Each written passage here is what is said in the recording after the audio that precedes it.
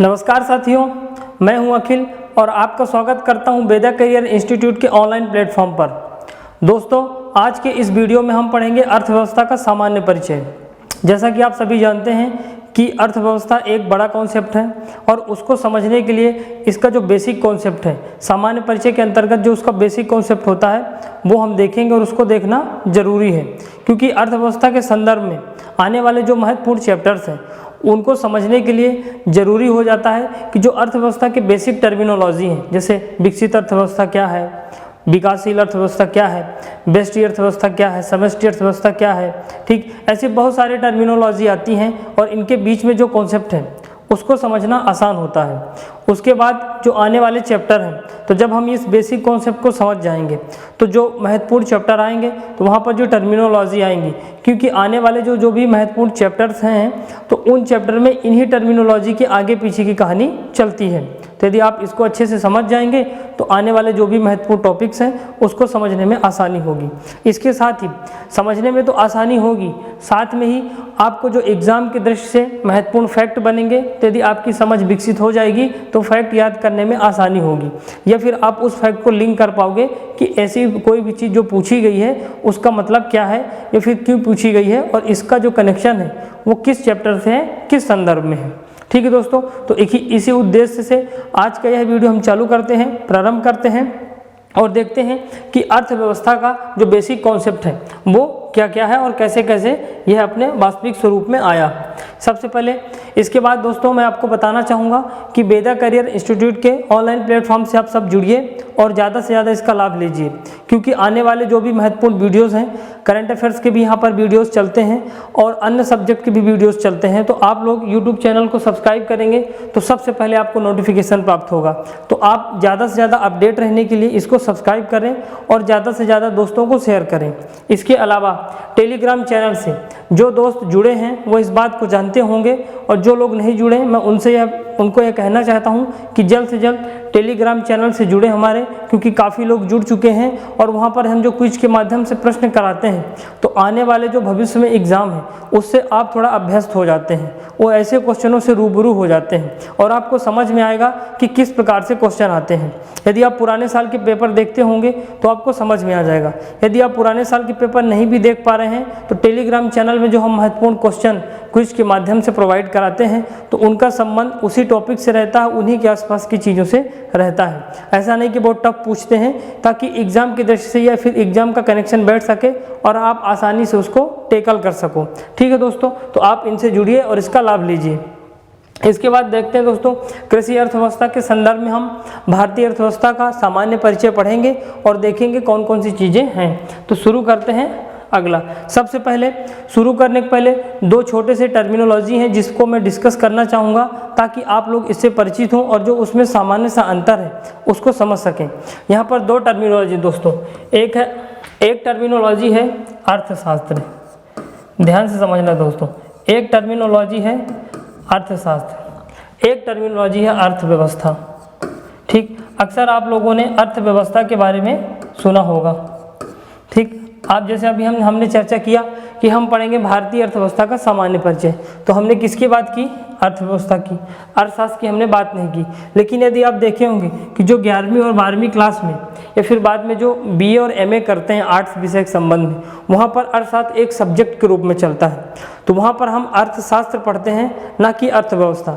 लेकिन अभी जो हम कंपटीशन का एग्ज़ाम देंगे उसमें जो हमारे क्वेश्चन पूछे जाते हैं वो ज़्यादातर अर्थव्यवस्था से पूछे जाते हैं। अब इन दोनों में अंतर क्या है, ठीक से समझना। देखिए, जो अर्थशास्त्र है, यहाँ पर जो अर्थव्यवस्था के सिद्धांत होते हैं उनको पढ़ाया जाता है। अर्थव्यवस्था के जो सिद्धांत होते हैं, जैसे बाजार का सिद्धांत है, या फिर बाजार को कैसे चलाना है, बाजार को कैसे बढ़ाना है, यदि बाजार में महंगाई है तो कौन सा सिद्धांत अपनाएं कि महंगाई कम हो, बाजार में जो तरलता की मात्रा कम हो रही है तो कौन से सिद्धांत से तरलता की मात्रा को बढ़ाएं, तरलता का मतलब पैसा या पूंजी। ठीक, तो ये सारे सिद्धांत हम किस सब्जेक्ट में पढ़ते हैं? वो हम पढ़ते हैं अर्थशास्त्र में। जैसे हमने सिद्धांत में पढ़ा कि सिद्धांत में गरीबी एक कॉन्सेप्ट है। ठीक, उसके बाद हमने पढ़ा कि बेरोजगारी एक कॉन्सेप्ट है, बेरोजगारी एक कॉन्सेप्ट है, तो हमने पढ़ा गरीबी और बेरोजगारी। लेकिन इसका जो व्यवहारिक रूप है, इसका जो सामान्य रूप है, जो मनुष्य को आम जनजीवन में दिखता है, वो हम कहाँ पर पढ़ते हैं दोस्तों? वो पढ़ते हैं हम अर्थव्यवस्था में। जैसे आपने पढ़ा कि गरीबी की परिभाषा, गरीबी के कारण, गरीबी को कम करने के उपाय, ये हमने सैद्धांतिक रूप से पढ़ लिया कि गरीबी या बेरोजगारी ये होती है। ये हमने कहाँ पर पढ़ा? अर्थशास्त्र में। इसको बोलते हैं इकोनॉमिक्स। यदि अंग्रेजी में आप जाओगे तो इसको बोलेंगे इकोनॉमिक्स, और इसको बोलते हैं इकोनॉमी। इसको क्या बोलते हैं दोस्तों? इकोनॉमी, और इसको बोलते हैं इकोनॉमिक्स, अर्थशास्त्र को। तो जो गरीबी या बेरोजगारी का जो हम सिद्धांत अर्थशास्त्र में पढ़ते हैं, उसका व्यवहारिक रूप हम अर्थव्यवस्था में, इसमें अर्थव्यवस्था में देखते हैं कि कैसा एक व्यक्ति गरीब है और किस प्रकार की समस्याएं वो झेलता है, ये सारी बातें। तो यदि इन दो शब्दों को हम संक्षेप में समझें तो जो अर्थशास्त्र है वो सिद्धांतों का एक समूह है जहाँ पर सिद्धांतों का वर्णन किया जाता है, और जो अर्थव्यवस्था है वहाँ पर सिद्धांतों का व्यवहारिक रूप समझाया जाता है। यहाँ पर क्या समझाया जाता है दोस्तों? सिद्धांतों का व्यवहारिक पक्ष, सिद्धांतों का व्यवहारिक पक्ष यहाँ पर हम पढ़ते हैं, दिखाया जाता है। तो इतनी बातें दोनों टर्मिनोलॉजी के संदर्भ में, दोनों टर्मिनोलॉजी की जो कॉन्सेप्ट है तो आप समझ जाएंगे। अब हम क्या पढ़ेंगे दोस्तों? हम पढ़ेंगे अर्थव्यवस्था, अर्थात जो अर्थशास्त्र में, यानी किसी देश की जैसे जीडीपी है या फिर भारत की जीडीपी ले लीजिए, तो जो भारत की अर्थव्यवस्था है उसको आगे ले जाना है, उसको विकास की गति में आगे ले जाना है। किस प्रकार से भारत की अर्थव्यवस्था को विकासशील और विकसित देश की अर्थव्यवस्था के समानांतर ले जाना है, ऐसी सारी चीज़ें हम कहाँ पर पढ़ते हैं? अर्थशास्त्र में। लेकिन जब हम उसके लिए प्रयासात्मक उपाय करते हैं, उसके लिए काम करना शुरू करते हैं, आम जन लोगों का सहयोग और जो भी योजनाएं, महत्वपूर्ण बहुत सारी चीज़ें, वो हम कहाँ पर पढ़ते हैं? अर्थव्यवस्था में पढ़ते हैं। तो हमारा ये अर्थव्यवस्था एक व्यवहारिक पक्ष है। इसके साथ ही एक अंतर और भी है। देखिए यहाँ पर जो अर्थव्यवस्था का कॉन्सेप्ट है ये बृहद है। ये कैसा है? ये बृहद है। यदि ये सिद्धांत की बात करता, कोई सिद्धांत आया, मान लीजिए बाजार का सिद्धांत आया कि बाजार को कैसे बूम करना, तो ये सिद्धांत संपूर्ण विश्व के लिए एक सिद्धांत का काम करेगा। चाहे वो भारत का बाजार हो, वो चाइना का बाजार हो, यूएसए का बाजार हो, या फिर कोई भी कंट्री का बाजार हो, तो वो ये जो सिद्धांत है वो हर देश के सिद्धांत पर लागू होगा। लेकिन जो अर्थव्यवस्था है दोस्तों, वो एक क्षेत्र विशेष के लिए भी हो सकती है। ठीक, ऐसा नहीं जैसे भारत की अर्थव्यवस्था, तो जो भारत की अर्थव्यवस्था का व्यवहारिक पक्ष है, तो जरूरी नहीं है कि अमेरिका की अर्थव्यवस्था में भी वह व्यवहारिक पक्ष हो। जैसा कि आप देखेंगे कि भारत की अर्थव्यवस्था अभी विकासशील देश अर्थव्यवस्था की श्रेणी में आती है, लेकिन यूएसए की अर्थव्यवस्था विकसित देश की श्रेणी में आती है। तो वहाँ पर जो लग्जरी लाइफ है, वहाँ पर उच्च जीवन स्तर है, और भारत में उसकी तुलना में निम्न जीवन स्तर है। तो यहाँ की अर्थव्यवस्था दूसरे रूप में चल रही है। तो जो अर्थव्यवस्था है वो अलग अलग देशों की अलग अलग अर्थव्यवस्था हो सकती है, लेकिन जो अर्थशास्त्र का सिद्धांत है वो प्रत्येक देश के लिए समान होगा। नियम और कानून, जो नियम होते हैं किसी चीज़ के लिए, वो तो सबके लिए बराबर लागू होते हैं। ठीक, तो ये मूलभूत अंतर है। और इसके अलावा जैसे आप अर्थव्यवस्था की मैं बात करूँ तो अर्थव्यवस्था अपने आप में एक छोटा कॉन्सेप्ट है। अर्थात यदि हम उसके पीछे, यदि हम उसके साथ किसी देश का नाम नहीं जोड़ते, जैसे भारत की अर्थव्यवस्था, चाइना की अर्थव्यवस्था, जापान की अर्थव्यवस्था, ऐसे, तो वो अपने आप में एक अधूरा शब्द है। यदि हम इसके पहले किसी देश का नाम जोड़ दें तो हमें समझ में आता कि हाँ यार, अब जैसे हम पढ़ेंगे इंडियन इकोनॉमी, तो हमें समझ में आता हम भारतीय अर्थव्यवस्था पढ़ने जा रहे हैं। लेकिन यदि हम सिर्फ अर्थव्यवस्था की बात करें तो समझ में नहीं आता है कि हम किस अर्थव्यवस्था की बात कर रहे हैं। अर्थव्यवस्था तो आपकी घर की भी अर्थव्यवस्था हो सकती है। आपके घर का एक निश्चित बजट आता होगा प्रत्येक माह, उसका जो खर्चा निकलता होगा, तो फिर जो मम्मी पापा जो लोग भी कमाते हैं, जहाँ से भी आपका इनकम का सोर्स है, तो वहाँ से फिर आप उसको मेंटेन करते होंगे। तो अर्थव्यवस्था तो किसी की भी हो सकती है, एक कंपनी की भी अर्थव्यवस्था हो सकती है, राज्य की भी अर्थव्यवस्था होती है। तो जब तक उसका हम नाम नहीं दे देते तो वो अपने आप में एक अधूरा शब्द है। तो इतनी टर्मिनोलॉजी दोस्तों अर्थशास्त्र में, और दूसरी टर्मिनोलॉजी है अर्थव्यवस्था में। आप आई होप इस बात को अच्छे से समझ गए होंगे। अब हम पढ़ेंगे भारतीय अर्थव्यवस्था, अर्थात जो अर्थशास्त्र का व्यवहारिक रूप है भारत की अर्थव्यवस्था के संदर्भ में, हम उसकी चर्चा करेंगे। ठीक है दोस्तों, तो देखते हैं अगला कॉन्सेप्ट क्या है। अगला कॉन्सेप्ट अब यहाँ शुरू करते हैं। अर्थव्यवस्था का शाब्दिक अर्थ है धन का शास्त्र। अर्थव्यवस्था का शाब्दिक अर्थ क्या है दोस्तों? अर्थव्यवस्था का शाब्दिक अर्थ है धन का शास्त्र। अब देखिए इसको आप समझिए, धन का शास्त्र, धन मीन्स क्या होता है? रुपया, पैसा, पूंजी। अलग अलग देशों की अलग अलग मुद्रा है। भारत की मुद्रा रुपया, तो हम रुपया के संदर्भ में बात करेंगे। ठीक है, अब इसका शाब्दिक अर्थ है क्या दोस्तों? धन का शास्त्र। अभी हमने क्या बोला, अर्थव्यवस्था और अर्थशास्त्र, शास्त्र में सिद्धांत। तो जो अर्थशास्त्र का शाब्दिक अर्थ क्या हो गया, धन का शास्त्र, अर्थात धन को कैसे मेंटेन करना है, धन की वृद्धि कैसे हो, या फिर धन को कैसे विभिन्न वर्गों में वितरण करना है, या फिर धन का उपयोग कैसे एक देश की अर्थव्यवस्था को चलाने में लगाना है, ये जो हम पढ़ते हैं इसको क्या बोलते हैं, अर्थशास्त्र। ठीक, तो यही इसका शाब्दिक अर्थ हो गया। और अर्थशास्त्र के अंतर्गत धन एवं उससे संबंधित सभी पक्षों का समग्र अध्ययन एवं विश्लेषण किया जाता है। शब्दों पर यदि आप गौर करेंगे तो मैं आराम से सभी शब्दों को बेहतरीन तरीके से उसको पूरा खोलूँगा, आप लोग ध्यान से समझना, पूरी बातें एक एक चीज़ें क्लियर हो जाएंगी। और फिर इसके आगे जो भी कॉन्सेप्ट आएगा, कैसे कैसे आप लोगों को एग्जाम में प्रश्न बनेंगे, उसकी भी मैं व्यवस्थित तरीके से चर्चा करूँगा। बस आप थोड़ा सा धैर्य रखें और शब्दों को ठीक से समझें, क्योंकि ये चैप्टर सबसे खास चैप्टर होता है। यदि आप अर्थव्यवस्था के सामान्य परिचय वाला चैप्टर समझ गए तो पूरी इकोनॉमी का इंट्रोडक्शन हो जाएगा, पूरी इकोनॉमी का परिचय हो जाएगा। तो आने वाले सभी जो चैप्टर हैं अर्थव्यवस्था के संदर्भ में, सबका परिचय आराम से होगा। तो जब हम नया चैप्टर स्टार्ट करेंगे तो आपको सारी बातें समझ में आ जाएंगी।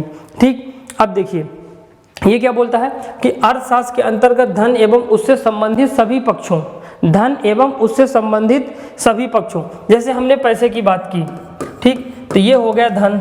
अब इससे अन्य संबंध कि पैसा कहाँ लगाना है, ठीक, पैसे का संबंध विकास से है कि नहीं है, या फिर पैसे का संबंध पूंजी है, हमें पूंजी के रूप में लगाना है, संसाधन के रूप में लगाना है, या फिर स्वास्थ्य या अन्य चीज़ों में लगाना है। तो यहाँ पे क्या बोला है कि धन और उससे संबंधित सभी पक्षों का अध्ययन और उसका विश्लेषण करता है।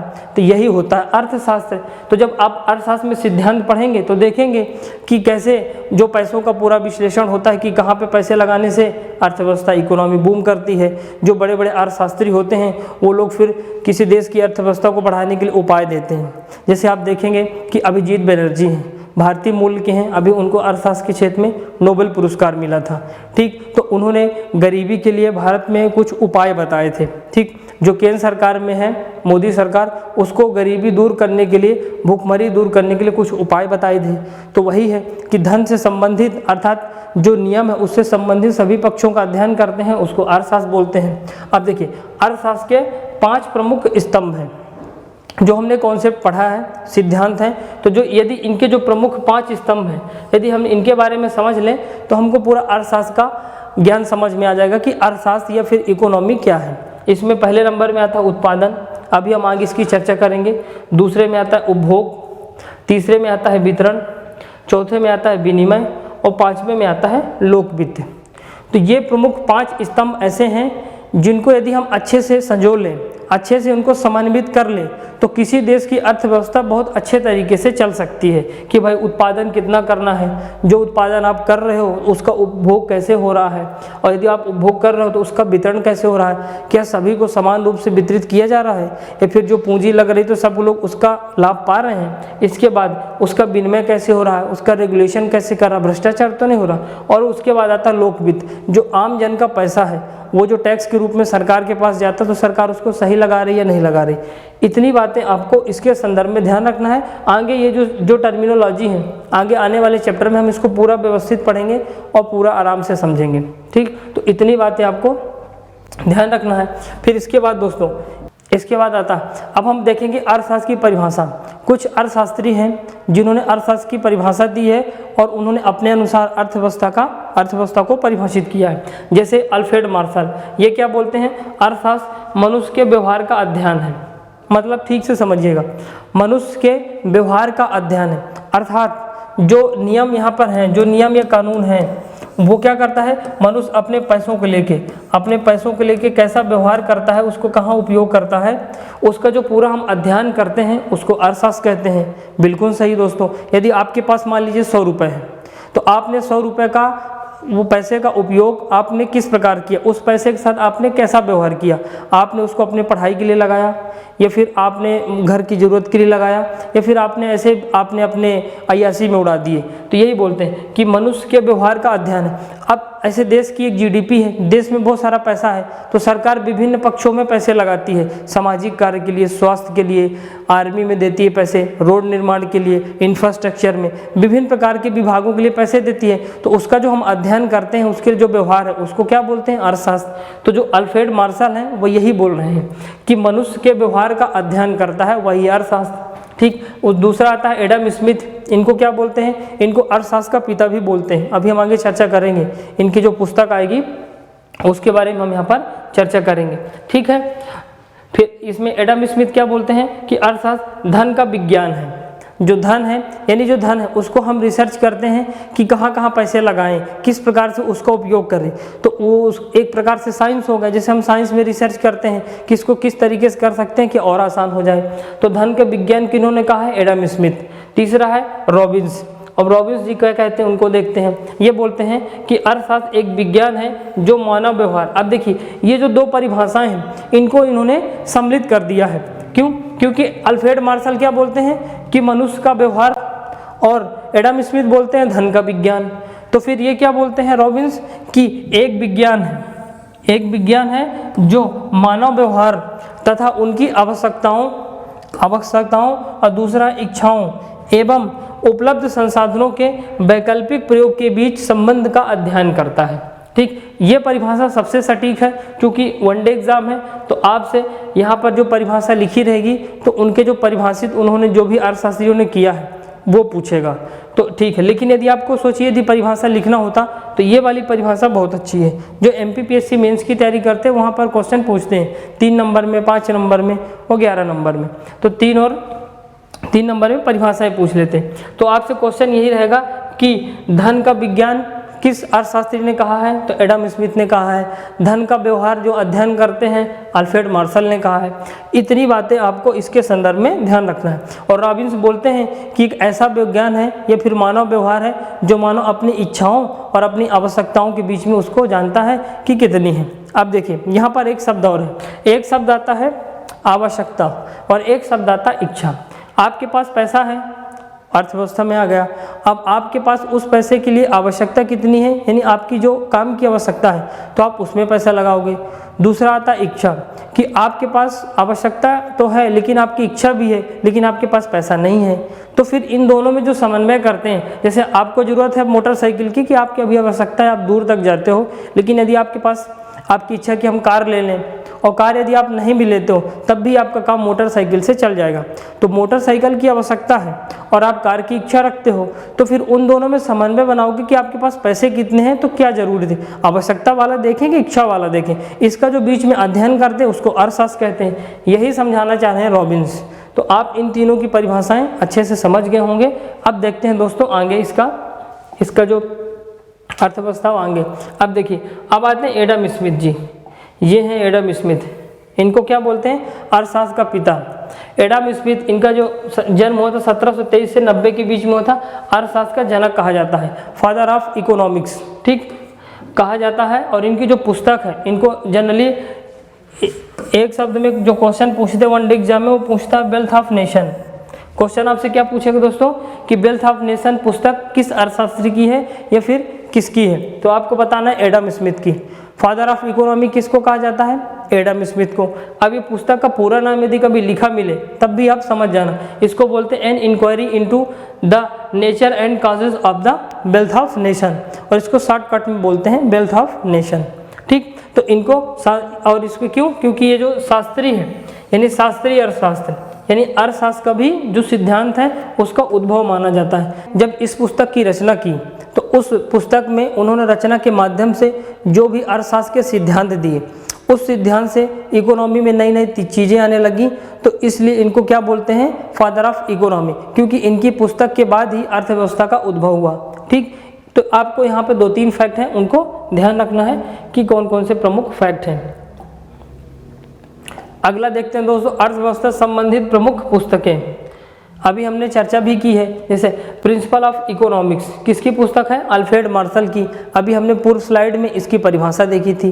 तो आपसे क्वेश्चन पूछेगा प्रिंसिपल ऑफ इकोनॉमिक्स किसकी पुस्तक है? वो है अल्फ्रेड मार्शल की। ठीक, फिर nature and signification of economic sciences, nature of significance economic sciences, ये किसकी पुस्तक है? ये रॉबिन्स की पुस्तक है। तो ये अर्थव्यवस्था संबंधित महत्वपूर्ण पुस्तक हो गई। फिर तीसरा है the theory of income, employment and interest, ये किसकी पुस्तक है? जे.एम. कीन्स। इनका नाम ध्यान रखना, जे.एम. कीन्स का।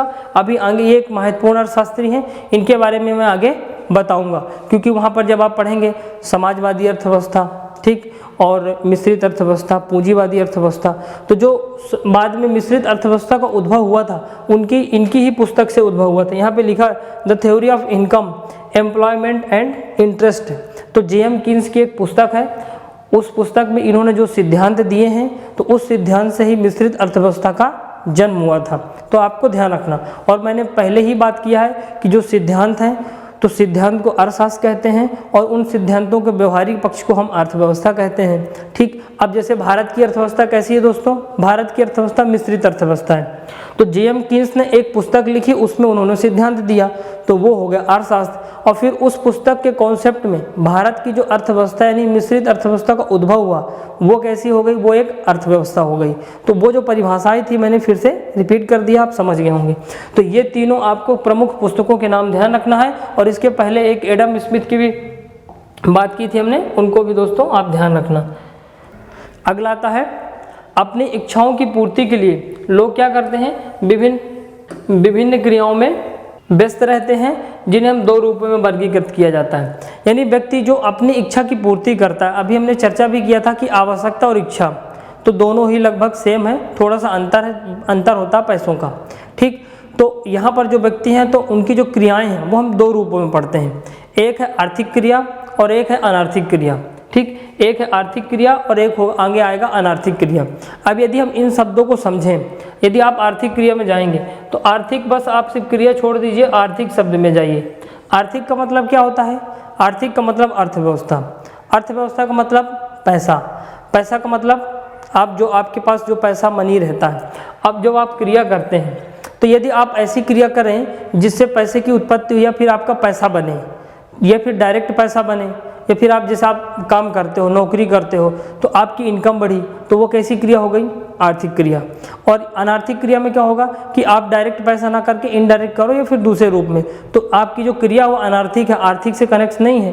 तो यही है, अब इसको हम पूरा समझेंगे, ठीक। आर्थिक क्रिया को फिर से मैं बोलता हूँ, आप ऐसा काम करो जिससे आपकी इनकम हो, पैसे से डायरेक्ट कनेक्शन हो, ठीक। अब देखिए आर्थिक क्रिया, मानव द्वारा धन व संपत्ति प्राप्त करने के उद्देश्य से संपन्न होने वाली क्रियाओं को आर्थिक क्रियाएं कहते हैं। यानी आप ऐसा करो जिससे हमको धन और संपत्ति प्राप्त हो, उसकी बढ़ोतरी हो, ठीक। और इसका जो मापन है उसको किस में करते हैं? मौद्रिक मूल के माध्यम से इसका मापन करते हैं। मौद्रिक मूल मतलब आपने नौकरी की तो आपको एक महीने में कितना पैसा मिला।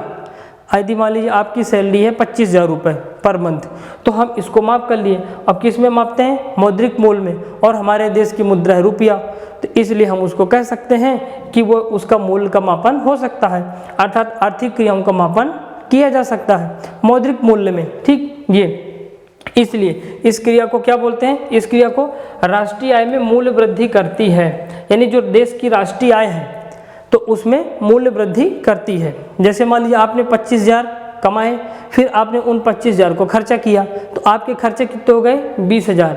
आपने सेविंग के रूप में 5,000 रुपये महीने बचाए, तो जो 20,000 आपके खर्चा हुए तो मूल्य में कितने गए? 20,000। तो जो 20,000 पैसे गए हैं वो भारतीय अर्थव्यवस्था का हिस्सा हो गया, क्योंकि आपने अपनी आवश्यकता की पूर्ति के लिए उन पैसों को दिया। तो वो किस में जाता है दोस्तों? वो राष्ट्रीय आय में जाता है। अर्थात तो क्वेश्चन ये है कि जो आर्थिक क्रियाएं हैं, तो मनुष्य जब ऐसी क्रिया करता है जिसका उद्देश्य धन और संपदा बनाना होता है, और आर्थिक क्रिया में राष्ट्रीय आय में वृद्धि होती है। तो यदि आपसे क्वेश्चन पूछेगा कि निम्नलिखित में से किस क्रिया से आर्थिक आय में वृद्धि होती है, ठीक, तो यहाँ पे लिखा रहेगा, तो आपको समझना है। तो उदाहरण में, जैसे उदाहरण आप देखिए, कोई व्यवसाय करना, नौकरी करना आदि, तो ये जो उदाहरण रहेंगे आपके क्वेश्चन में, तो आप उसको आसानी से हल कर सकते हैं, टेकल कर सकते हैं, ठीक है दोस्तों। अब अगला महत्वपूर्ण आता है अनार्थिक क्रिया। मैंने पहले ही बताया है कि आप ऐसा काम करोगे जिसका संबंध धन और संपदा से नहीं होगा, उसको बोलेंगे अनार्थिक क्रिया। अब देखिए, मानव द्वारा सामाजिक, धार्मिक अथवा भावनात्मक आवश्यकताओं की पूर्ति उद्देश्य से किए गए सभी कार्य को अनार्थिक क्रिया की श्रेणी में आते हैं।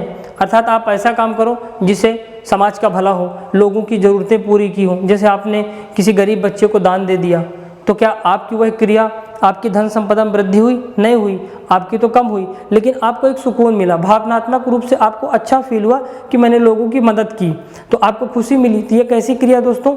यह अनार्थिक क्रिया है, ठीक है। और इन कार्यों से व्यक्ति को क्या मिलती है? आत्मिक संतुष्टि, जिसकी अभी मैंने बात की। और इससे धन और संपत्ति की क्या होती है? प्राप्ति होती है। तो उदाहरण देखिए, जरूरतमंद की सहायता करना, रक्तदान करना, ये सारी चीज़ें तो हो गई आर्थिक क्रिया और अनार्थिक क्रिया। अब आगे देखते हैं कौन सी महत्वपूर्ण क्रिया है। अब आता है आर्थिक क्रियाएं। ठीक दोस्तों, अभी जैसे हमने पढ़ा आर्थिक क्रिया और अनार्थिक क्रिया। आर्थिक क्रिया में हमने पढ़ा कि वह क्रिया जिसका संबंध है, जिसका उद्देश्य धन और संपदा की प्राप्ति करना होता है, ठीक है। तो ये प्रमुख आर्थिक क्रियाएं हैं। उत्पादन, कौन कौन से?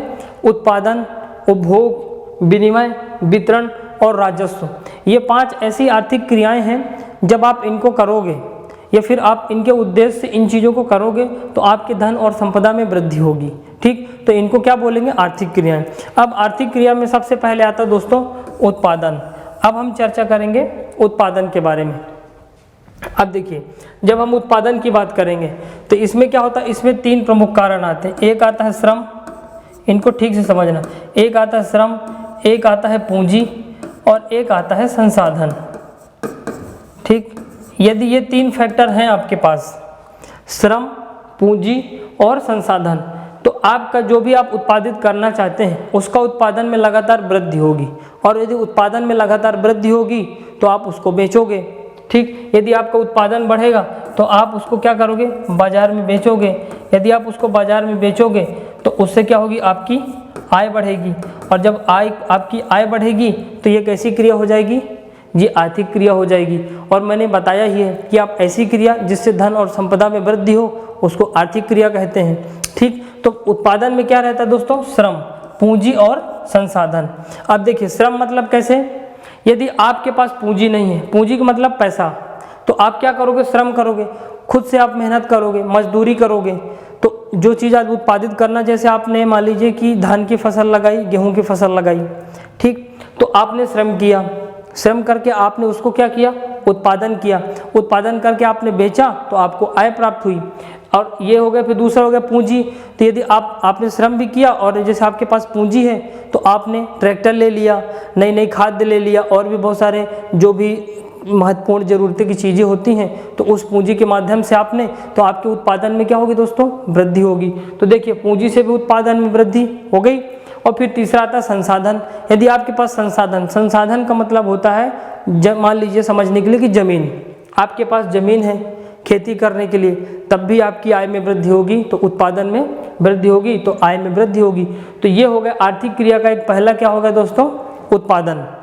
तो जो 5 हैं आर्थिक क्रिया को बढ़ाने के लिए, या वो जो 5 है प्रमुख, उसमें से एक हो गया उत्पादन। दूसरा दोस्तों उपभोग। अब देखिए, उपभोग का संबंध डायरेक्ट उत्पादन से है, ठीक।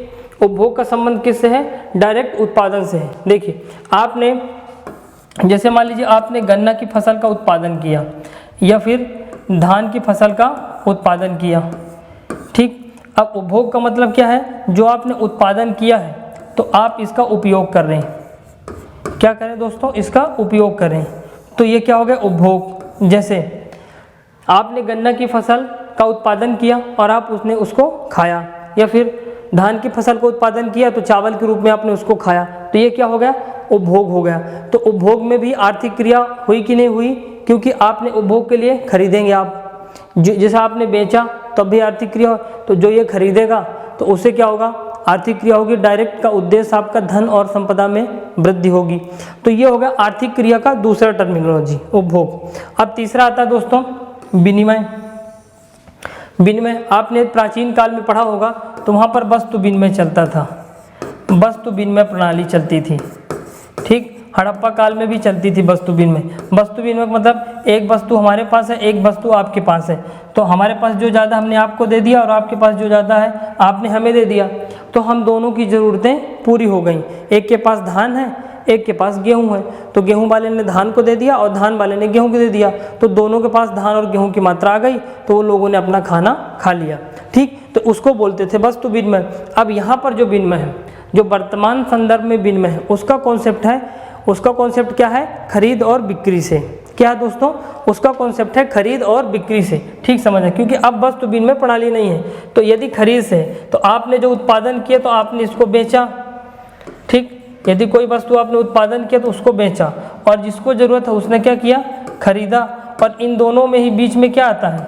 पैसा, क्योंकि ये खरीदेगा तो पैसा देगा और ये बेचेगा तो पैसा पाएगा। तो यदि पैसा आता है तो ये कैसी क्रिया है दोस्तों? ये आर्थिक क्रिया हो जाएगी, तो अर्थव्यवस्था की क्रिया में आ जाएगी। तो 3 टर्मिनोलॉजी हम समझ लिए। एक हो गया उत्पादन, जब हम किसी वस्तु को उत्पादन करते हैं तो आर्थिक क्रिया होती है। उपभोग, जब हम उपभोग को क्या करते हैं? उपयोग करते हैं, तो उत्पादन का उपभोग कर लिए। तीसरा हो गया विनिमय। विनिमय मतलब खरीद बिक्री, एक के पास सामान है तो उसने बेचा, जिसको जरूरत है उसने खरीद लिया, तो ये हो गया विनिमय। अब चौथा कौन सा आता है? चौथा आता है दोस्तों वितरण। वितरण का मतलब क्या होता है?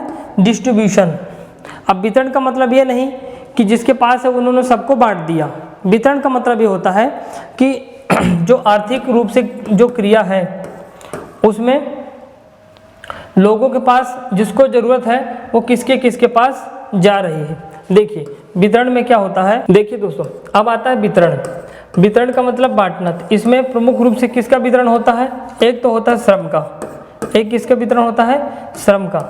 एक होता है जमीन का, ठीक, जमीन, और एक होता है दोस्तों पूंजी। तो यहाँ पर जो आर्थिक क्रिया है वहाँ पर जब हम वितरण करेंगे, अर्थात जो आर्थिक क्रियाएं हैं, तो क्या श्रम के माध्यम से सबको श्रम मिल रहा है? ठीक, या फिर क्या सबके पास जमीन है या फिर सबके पास पूंजी है?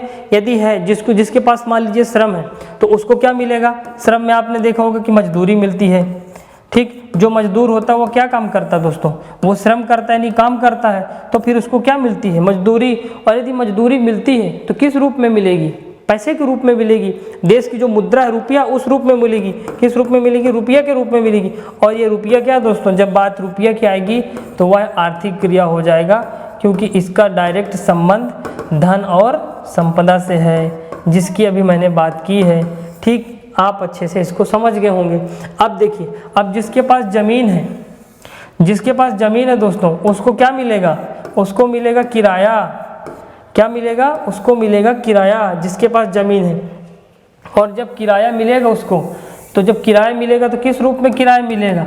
उसको मिलेगा किराया पैसों के रूप में। और जब पैसों के रूप में मिलेगा तो यह कैसी क्रिया हो जाएगी? यह एक आर्थिक क्रिया हो जाएगी। ठीक है दोस्तों। और तीसरा आता है पूंजी। पूंजी का मतलब होता है अधिक। सरल भाषा में आप समझिए, अधिक। जैसे आपको 10,000 रुपये की ज़रूरत है, लेकिन आपने इन्वेस्ट किया है 30,000 रुपये, तो जो आपके 20 बचे तो आपने किसी को कर्जा दिया, ऋण दिया, या फिर कहीं पर पैसा लगाया, तो उससे क्या मिलेगा आपको? वो जो ऋण आपने ऋण के रूप में दिया है तो उससे मिलेगा ब्याज। क्या मिलेगा दोस्तों? ब्याज। यानी पूंजी से क्या मिलेगा? ब्याज। और ब्याज किस रूप में मिलेगा? ब्याज मिलेगा पैसा के रूप में। और जब पैसा मिलेगा तो फिर आपकी क्रिया कैसी हो जाएगी? वह क्रिया हो जाएगी एक आर्थिक क्रिया, जिसकी अभी हमने बात किया। क्योंकि पैसा का संबंध किससे है? धन और संपदा से है। तो ये जो वितरण है, ये चौथा हमारा आर्थिक क्रिया का प्रमुख साधन है, जो हमने 5 स्तंभ पढ़े थे, उत्पादन, उपभोग, और ये जिसकी हमने वितरण की बात की थी, और एक था विनिमय।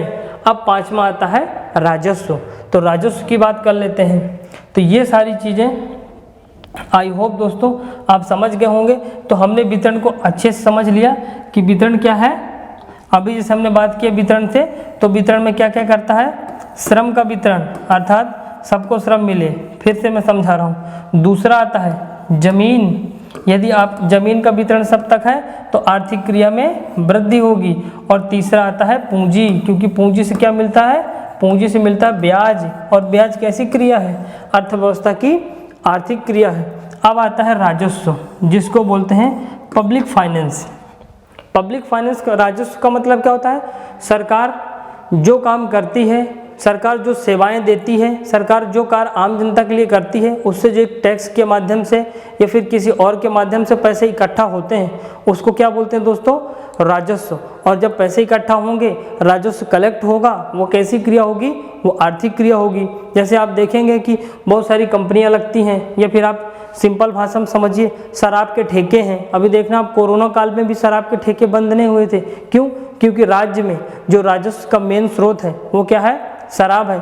शराब से सरकार को बहुत सारा राजस्व प्राप्त होता है, यानी राज्य की जीडीपी में राज्य की जो पैसा है, राज्य की जो अलमारी है वो भरी रहती है, या फिर सबसे ज़्यादा भरता है कौन? शराब का ठेका।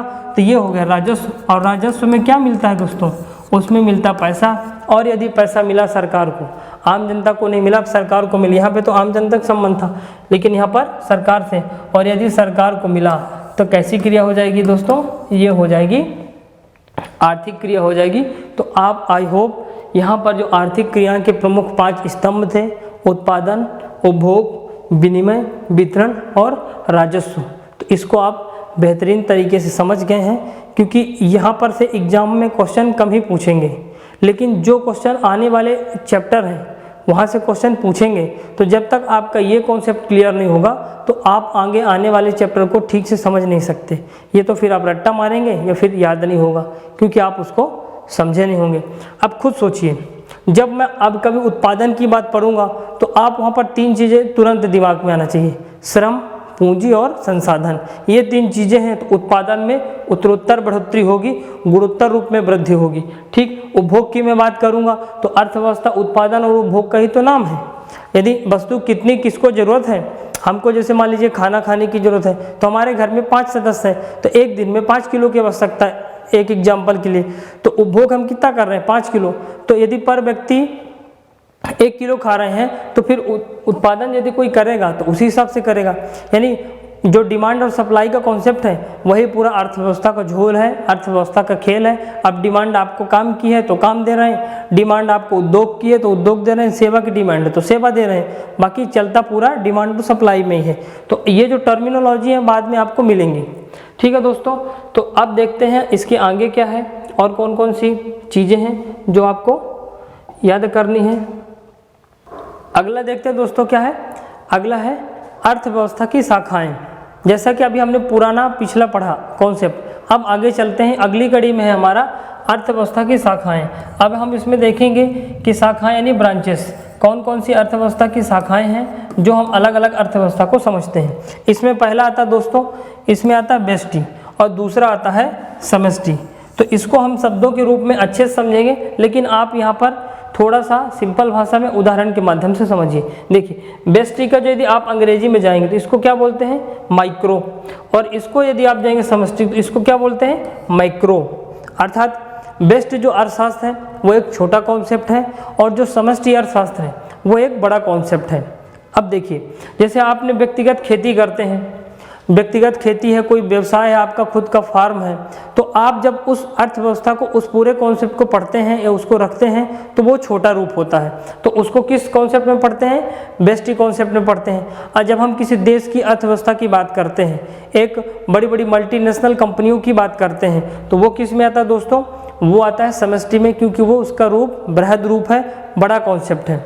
तो यहाँ पर व्यष्टि और समष्टि में मूलभूत अंतर यही है। तो आपसे यहाँ पर क्वेश्चन पूछेगा, जब उदाहरण देगा कि एक छोटा सा फर्म है तो निम्नलिखित में से किस अर्थव्यवस्था का उदाहरण है, अर्थशास्त्र का उदाहरण है, तो व्यष्टि, समष्टि, विकसित, विकासशील, ऐसे कुछ भी रखेगा तो आपको वहाँ पर ठीक से समझना है। खुद का है, छोटा रूप है, तो व्यष्टि और समष्टि।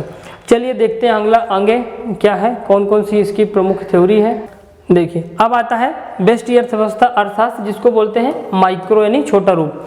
व्यष्टि अर्थशास्त्र के अंतर्गत सामान्यतः आर्थिक इकाइयों का अध्ययन किया जाता है। व्यष्टि अर्थशास्त्र के प्रणेता एडम स्मिथ थे। अभी हमने बात की थी, ठीक, वेल्थ ऑफ नेशन किसकी पुस्तक है दोस्तों? Adam Smith. और फादर ऑफ इकोनॉमी किसको कहा जाता है? एडम स्मिथ को। ठीक, तो जो व्यष्टि अर्थव्यवस्था है इसके जो प्रणेता यानी इसके जनक है कौन है? एडम स्मिथ थे।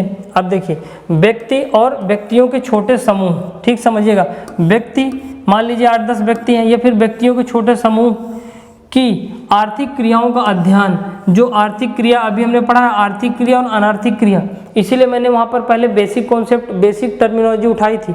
यहाँ पर क्या बोला कि छोटे समूहों की आर्थिक क्रियाओं का अध्ययन, ठीक, यानी ऐसी क्रिया जिससे धन और संपदा में वृद्धि हो। और समूह कैसा है, छोटा है या फिर व्यक्तिगत है, तो उसको क्या बोलेंगे, उसको बोलेंगे व्यष्टि अर्थशास्त्र। और इसके प्रणेता कौन है, Adam Smith, father of economy Adam Smith, ठीक है। अब अगला देखिए, प्रोफेसर बेल्डिंग के अनुसार, प्रोफेसर बेल्डिंग क्या बोलते हैं कि विशेष फर्मों, जो फार्म है, विशेष परिवार, ठीक है, कई लोग जो संयुक्त परिवार में रहते हैं, व्यक्तिगत मजदूरी, आय, व्यक्तिगत उद्यमों, जो छोटे छोटे खुद के उद्यम लगाते हैं, जैसे डेयरी खोल लेते हैं या फिर अगरबत्ती का उद्योग खोल लिया 8-10 लोग मिलके, पापड़ बनाने का उद्योग खोल लिया 8-10 लोग मिलके, जो लघु और कुटीर उद्योग ग्रामीण क्षेत्र में होते हैं वो, तथा विशेष वस्तुओं का अध्ययन व्यष्टि अर्थशास्त्र में शामिल किया जाता है। तो आई होप, तो दोस्तों जब भी आपसे यहाँ पर एग्जाम्पल के माध्यम से प्रश्न पूछेगा, ऑब्जेक्टिव के माध्यम से प्रश्न पूछेगा, तो आपको व्यष्टि अर्थव्यवस्था अर्थशास्त्र के अंतर्गत ठीक से समझ के रखना है। और उदाहरणों को जो पूछेगा तो आप एक बार उसको मनन करना है, सरसरी निगाह से समझना है कि पूछना क्या चाह रहा, कैसा फर्म है, व्यक्तिगत है कि बड़ा है। आप जल्दबाजी में क्लिक ना करें। बाकी इसकी परिभाषा इतनी इजी है कि आप यदि एक बार भी ढंग से सुने होंगे तो आपको पूरी बातें याद आ जाएंगी, ठीक है दोस्तों। अब देखिए स्पष्ट रूप से व्यष्टि अर्थशास्त्र का उद्देश्य, अब देखिए उसका उद्देश्य क्या है कि बाजार में मांग व पूर्ति की जो व्यवस्था है उसको बनाए रखना तथा उपभोग और मांग के अन्य तत्वों की पहचान करना, यानी जो मांग और आपूर्ति की आवश्यकता है उसको बनाए रखना। क्योंकि बाजार में क्या होता है कि कई सारी चीज़ें वृहद रूप में आती हैं, लेकिन कुछ चीज़ें ऐसी होती हैं जो डेली दिनचर्या के रूप में आती हैं। जैसे मान लीजिए सब्जी मंडी, अब यदि सब्जी मंडी में डेली की डेली नई नई सब्जी नहीं आएगी तो क्या सब्जी मंडी चल पाएगी, नहीं चल पाएगी। और वो जहाँ पर जो सब्जी का उत्पादन है तो कुछ लोग मिल के कर रहे हैं या व्यक्तिगत कर रहे हैं, तो वो जो उत्पादन कर रहे हैं, एक व्यक्ति सब्जी का उत्पादन कर रहा है, तो किस अर्थव्यवस्था में आता है, अर्थशास्त्र में, वो आता है व्यष्टि अर्थशास्त्र में। तो व्यष्टि अर्थशास्त्र का मुख्य उद्देश्य क्या होता है कि जो डेली की जो मांग और आपूर्ति है उसको सुचारू रूप से चलाए रखना, ये चीज़ें होती हैं दोस्तों। जैसे आपने देखा होगा कि एक बड़ी सी कंपनी बन गई, ठीक, अब वो कंपनी में माल बहुत सारा था आगा जो 1-2 महीने चल सकता है, लेकिन उसको रोज़ चलाने की ज़रूरत नहीं है, किसी के पास उसकी आवश्यकता नहीं है, तब भी जिंदगी चल जाएगी, दैनिक दिनचर्या चल जाएगी। लेकिन व्यष्टि अर्थशास्त्र के अंतर्गत जो छोटे फार्म उद्योग चीज़ें आती हैं उनमें यदि मांग और आपूर्ति डेली की ना बनाई गई तो अर्थव्यवस्था ढीली पड़ जाएगी।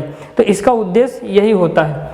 अब अगला देखते हैं दोस्तों, अगला क्या है, अब आता है समष्टि अर्थशास्त्र। व्यष्टि के बाद क्या आता है, समष्टि।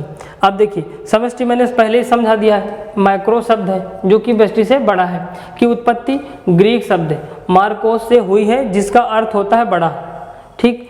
जो माइक्रो शब्द है ये समष्टि अर्थशास्त्र है, इसकी उत्पत्ति किससे हुई, ग्रीक का एक शब्द है माइक्रो जिसका अर्थ होता है बड़ा, तो हम समष्टि में जो व्यष्टि से बड़ा है वही समष्टि है, ठीक होता। इस प्रकार व्यापक अर्थशास्त्र का सरोकार अर्थव्यवस्था की संपूर्ण निष्पादन क्षमता से होता है। अर्थव्यवस्था की समस्याओं जैसे मुद्रास्फीति, अब मुद्रास्फीति संपूर्ण देश की समस्या है। मुद्रास्फीति मतलब दोस्तों महंगाई, जैसे वर्तमान संदर्भ में महंगाई अपनी चरम सीमा में है, पेट्रोल 120 रुपये लीटर है, देखे होंगे आपने, सरसों का तेल 200 रुपये लीटर, तो इसको क्या बोलते हैं, मुद्रास्फीति। तो ये जो समस्या है ये संपूर्ण देश की समस्या है, ना कि एक व्यक्तिगत और एक या फिर किसी छोटे समूह की। तो ये किसका उदाहरण हो गया, ये समष्टि का उदाहरण हो गया, अर्थात बड़ा रूप हो गया, ठीक है दोस्तों। और दूसरा था बेरोजगारी, तो जब बेरोजगारी बढ़ती है तो क्या एक लोग बेरोजगार हैं, वैकेंसियां नहीं आ रही हैं, लगातार प्राइवेटेशन हो रहा है, तो जो लोगों की नौकरियां हो गई, लॉकडाउन की वजह से गई, तो संपूर्ण जन समूह प्रभावित हुआ है, संपूर्ण प्रदेश प्रभावित हुआ है, संपूर्ण देश प्रभावित हुआ है। तो ये कैसी अर्थशास्त्र है, ये समष्टि अर्थशास्त्र है दोस्तों, ठीक। फिर आता है गरीबी आदि के अध्ययन से संबंधित है, गरीबी बेरोजगारी ये बड़े कॉन्सेप्ट हैं, तो ऐसे कॉन्सेप्ट में हम समष्टि अर्थशास्त्र के अंतर्गत पढ़ते हैं। तो व्यष्टि और समष्टि अर्थशास्त्र आई होप दोस्तों आप अच्छे समझ गए होंगे।